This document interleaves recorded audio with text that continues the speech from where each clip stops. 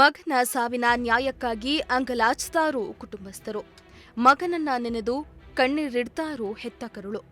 1 ತಿಂಗಳು ಕಳೆದ್ರೂ ಸಿಗದ ಮರಣೋತ್ತರ ಪರೀಕ್ಷೆ ವರದಿ. ಕುಟುಂಬಸ್ಥರ ಆಕ್ರೋಶ, ಪ್ರತಿಭಟಿಸ್ತಾ ಇದ್ರೂ ಸ್ಥಳಕ್ಕೆ ಬಾರದ ಅಧಿಕಾರಿಗಳು, ಜಿಲ್ಲಾಧಿಕಾರಿಗಳು. ಇವೆಲ್ಲ ತುಮಕೂರು ನಗರ ಡಿಸಿ ಕಚೇರಿ ಮುಂದೆ ನಡೆದ ಪ್ರತಿಭಟನೆಯ ಡೀಟೇಲ್ಸ್. ಮಗನ ಸಾವಿನ ನ್ಯಾಯಕ್ಕಾಗಿ ಹೋರಾಟ. ತುಮಕೂರು ಜಿಲ್ಲೆ ಕೊರಟಗೆರೆ ತಾಲೂಕಿನ ಬಜ್ಜನಹಳ್ಳಿಯಲ್ಲಿರುವ ಏಕಲವ್ಯ ವಸತಿ ಶಾಲೆಯಲ್ಲಿ ನವೆಂಬರ್ 4ರಂದು ಅಭಿಲಾಷ್ ಎಂಬ ವಿದ್ಯಾರ್ಥಿ ಅನುಮಾನಾಸ್ಪದವಾಗಿ ಸಾವನ್ನಪ್ಪಿದ್ದ. ಈ ಸಾವು ಇಡೀ ರಾಜ್ಯಾದ್ಯಂತ ದೊಡ್ಡ ಮಟ್ಟದಲ್ಲಿ ಸದ್ದು ಮಾಡಿತ್ತು.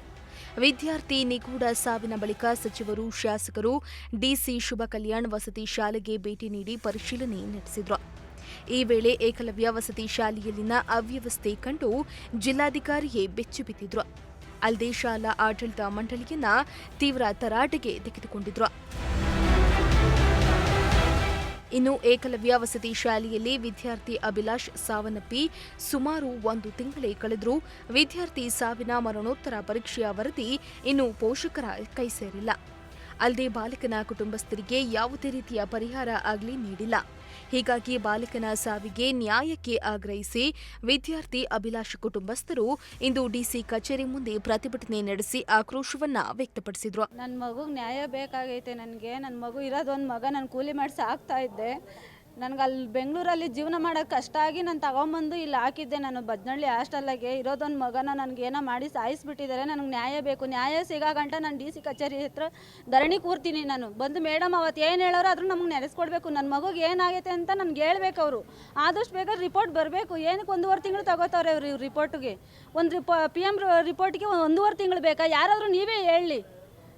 3 ದಿನದಲ್ಲಿ ಕೊಡ್ತೀವಮ್ಮ ರಿಪೋರ್ಟ್ ಬರ್ದಲ್ಲೇ ನಿನ್ಗೇನು ಹೇಳೋಕ್ಕಾಗಲ್ಲ ಅಂತ ಪೊಲೀಸ್ನವ್ರು ಅವತ್ತು ಅಲ್ಲಿಂದ ನನ್ನ ಮಗನ ನೋಡೋಕ್ಕೂ ನನ್ನನ್ನು ಬಿಡ್ತಾ ಇಲ್ವಲ್ಲ. ಅಷ್ಟೊಂದು ಸೆಕ್ಯೂರಿಟಿ ಗಾರ್ಡಲ್ಲಿ ತೊಗೊಂಬಂದಲ್ಲ. ನನ್ನ ಮಗುಗೆ ಯಾಕೆ ನ್ಯಾಯ ಕೊಡ್ತಾ ಇಲ್ಲ? ಬೇಕು. ಇಲ್ಲ ಅಂದರೆ ನಾನೇ ಹಾಸ್ಟೆಲ್ ಹತ್ರ ನನಗೆ ಇನ್ನೊಂದು ಮಗ ಐತಿ, ಹೆಣ್ಮಗ, ಅದನ್ನು ಕರ್ಕೊಂಡೋಗಿ ನಾನು ಅಲ್ಲೇ ಸಾಯ್ತೀನಿ. ನನಗೆ ಅವ್ರು ಏನು ಹೇಳೋರು ಅದು ಬಂದು ನಮ್ಗೆ ನ್ಯಾಯ ಒದಗಿಸ್ಕೊಡ್ಬೇಕು. ನಮಗೆ ಪರಿಹಾರ ಇಲ್ಲ, ನ್ಯಾಯ ಏನು ಇಲ್ಲ. ನಾವು ಅವ್ರ ಹತ್ರ ಬಂದು ಕಾಲಿ ಬೀಳ ಮಟ್ಟಕ್ಕೆ ಇವಾಗ ಅವ್ರು ನಮ್ಮ ಅಲ್ಲಿ ಬಂದು ಅಷ್ಟೆಲ್ಲ ಮಾತಾಡೋರು. ಇವಾಗ ನಾವು ಕಾಲ ಹತ್ರ ಬಂದರೂ ನಮ್ಮನ್ನ ಹತ್ರ ಮಾತಾಡೋಕೆ ನಿಲ್ತಾ ಇಲ್ಲ. ಅವ್ರನ್ನು ಆಯ್ತಮ್ಮ ನೋಡ್ತೀವಮ್ಮ ಅಂತ ಹಿಂಗೆ ಹೋಗ್ತಾ ಇದ್ದಾರೆ. ಅದೇ ನನ್ನ ಮಗ ಸತ್ತಿದ್ದಿನ ನಮ್ಮನ್ನು ಊರಿಗೆಲ್ಲ ಹುಡಿಕೊಂಬಂದ್ರು. ಯಾಕೆ ಅವ್ರ ಕೆಲಸ ಆಗೋಯ್ತಲ್ವಾ? ಇವಾಗ ನಮ್ಮ ಕೆಲಸ, ಇವಾಗ ನಮ್ಗೆ ನ್ಯಾಯ ಇಲ್ವಲ್ಲ. ನಾವು ಇವಾಗ ಅವ್ರ ಕಾಲ ಹತ್ರ ಬಂದು ಅವ್ರು ಬಂದು ರೆಸ್ಪಾನ್ಸ್ ಕೊಡ್ತಾ ಇಲ್ಲ ನಮಗೆ.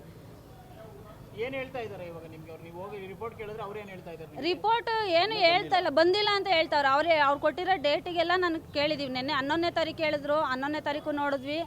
ಆಮೇಲೆ 12ಕ್ಕೆ ಹೇಳಿದ್ರು, 12ಕ್ಕೂ ಇಲ್ಲ. ಬೆಳಗ್ಗೆಯಿಂದ ಕಚೇರಿ ಮುಂದೆ ಕಾಯ್ತಾ ಇದ್ದೀವಿ. ಡಿ.ಸಿ ಜಿಲ್ಲಾಧಿಕಾರಿ ಇದ್ರ ಮುಂದೆ ಬಂದಿಲ್ಲ. ಒಬ್ಬರು ರೆಸ್ಪಾನ್ಸ್ ಮಾಡ್ತಾ ಇಲ್ಲ.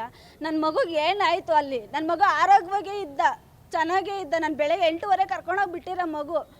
ಅದು ಸತ್ತಿರೋ ಮಗನ ತಗೊಬಂದು ನನಗೆ ನೋಡೋಕ್ಕೂ ನನ್ನನ್ನು ಬಿಡ್ತಾ ಇಲ್ವಲ್ಲ. ಇನ್ನೇನಾಯಿತು ನನ್ನ ಮಗುಗೆ? ಏನು ಮಾಡಿದ್ರು ಇವರೆಲ್ಲ? ಇವರು ಅಮಾನತ್ ಮಾಡಿದ್ದೀವಿ ಅಂತ ಹೇಳಿದ್ರು. ಅಂತ ಜವಾಬ್ದಾರಿ ಇಲ್ದಿರೋ ಮೇಷ್ಟ್ರು ಮೇಡಮ್ಗಳು ನಮ್ಗೇನಕ್ಕೆ ಬೇಕಲ್ಲಿ? ಕೆಲಸ ಮಾಡ್ತಾವ್ರೆ. ಅದೇ ಅವ್ರ ಮಕ್ಕಳು ಹಿಂಗಾಗಿದ್ರೆ ಸುಮ್ಮನೆ ಇರೋರ ಇವರು? ಇರೋದು ನನ್ನ ಮಕ್ಕಳು ಕಳ್ಕೊಂಡು ನನಗೆ ಎಷ್ಟು ಹೊಟ್ಟೆ ಉರಿಯಲ್ಲ. ನನಗೆ ನ್ಯಾಯ ಬೇಕು. ನಂಗೆ ನ್ಯಾಯ ಸಿಗೋ ಗಂಟಾಗ್ಲಿ ನಾನು ಇಲ್ಲೇ ಕೂತ್ಕೋತೀನಿ. ಬರ್ಲಿ, ಎಲ್ಲರೂ ಮಾತಾಡ್ಲಿ. ವಿದ್ಯಾರ್ಥಿ ಅಭಿಲಾಷ್ ಸಾವಿನ ಬಳಿಕ ಕುಟುಂಬಸ್ಥರನ್ನ ಗೃಹ ಸಚಿವ ಪರಮೇಶ್ವರ್ ಭೇಟಿ ಮಾಡಿ ಸಾಂತ್ವನ ಹೇಳಿದ್ರು. ಈ ವೇಳೆ ಮೃತ ವಿದ್ಯಾರ್ಥಿಯ ತಾಯಿಗೆ ಸರ್ಕಾರಿ ಉದ್ಯೋಗ ಕೊಡಿಸುವ ಭರವಸೆ ನೀಡಿದ್ರು. ಆದರೆ ಈವರೆಗೂ ಯಾವುದೇ ಭರವಸೆ ಈಡೇರಿಸಿಲ್ಲ ಎಂದು ಕುಟುಂಬಸ್ಥರು ಆಕ್ರೋಶವನ್ನ ವ್ಯಕ್ತಪಡಿಸಿದ್ದಾರೆ. ಅಲ್ಲದೆ ಹಾಸ್ಟೆಲ್ನಲ್ಲಿ ಆಗಾಗ್ಗೆ ಗಲಾಟೆಯಾಗ್ತಾ ಇದ್ರೂ ಶಿಕ್ಷಕರು ಈ ಬಗ್ಗೆ ಕ್ರಮ ಕೈಗೊಂಡಿಲ್ಲ ಎಂದು ಆರೋಪಿಸಿದ್ರು.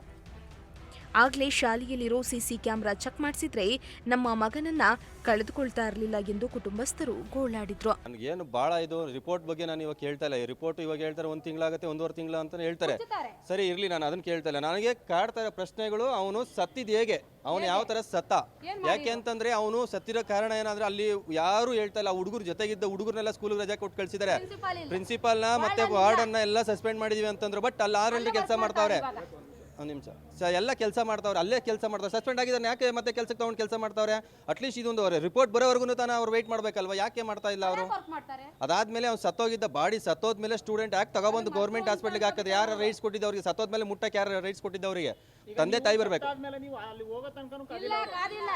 ಯಾರು ಬಂದಿಲ್ಲ. ಅಲ್ಲಿ ಬಿಸಾಕ್ ಹೋಗಿದ್ದಾರೆ ಗೌರ್ಮೆಂಟ್ ಹಾಸ್ಪಿಟ್ಲಿಗೆ. ನೋಡಿ ಈ ಥರ ಇದೆಯಲ್ವಾ? ಎಲ್ಲಿದೆ ಅದು?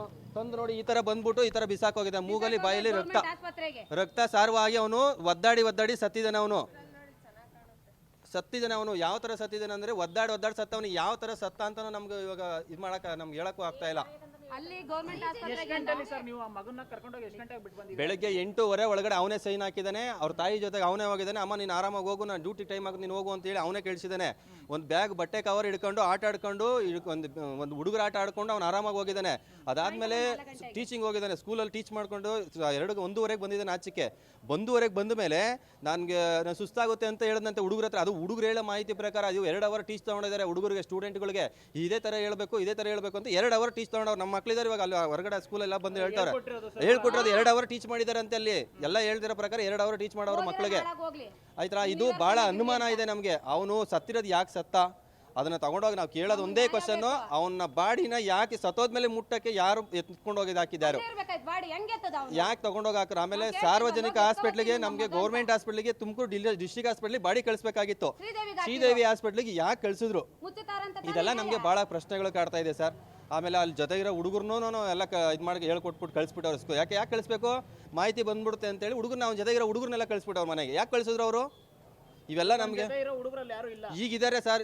ಮೊದಲು ಸ್ಟಾರ್ಟಿಂಗ್ ಅಲ್ಲಿ ನಿಮ್ಮಂತ ಇವ್ರು ಹೋಗ್ತಾರೆ, ಅಧಿಕಾರಿಗಳು ಬರ್ತಾರೆ, ಕೇಳ್ತಾರೆ ಅನ್ನೋ ಒಂದು ಉದ್ದೇಶದಿಂದ 1 ವಾರ ಅವರಿಗೆ ರಜಾ ಕೊಟ್ಟು ಕಳಿಸಿದಾರಂತೆ.